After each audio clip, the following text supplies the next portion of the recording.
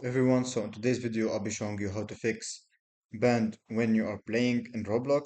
So first of all, this window will pop up for you and you cannot open any game.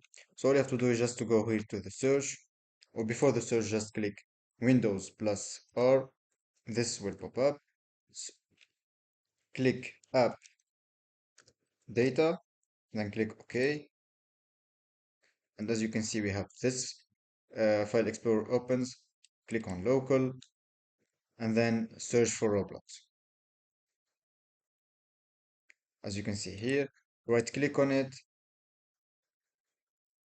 select, and then just click this delete, and then re-download Roblox again, and it will work fine for you as I experienced it. And let's try it here.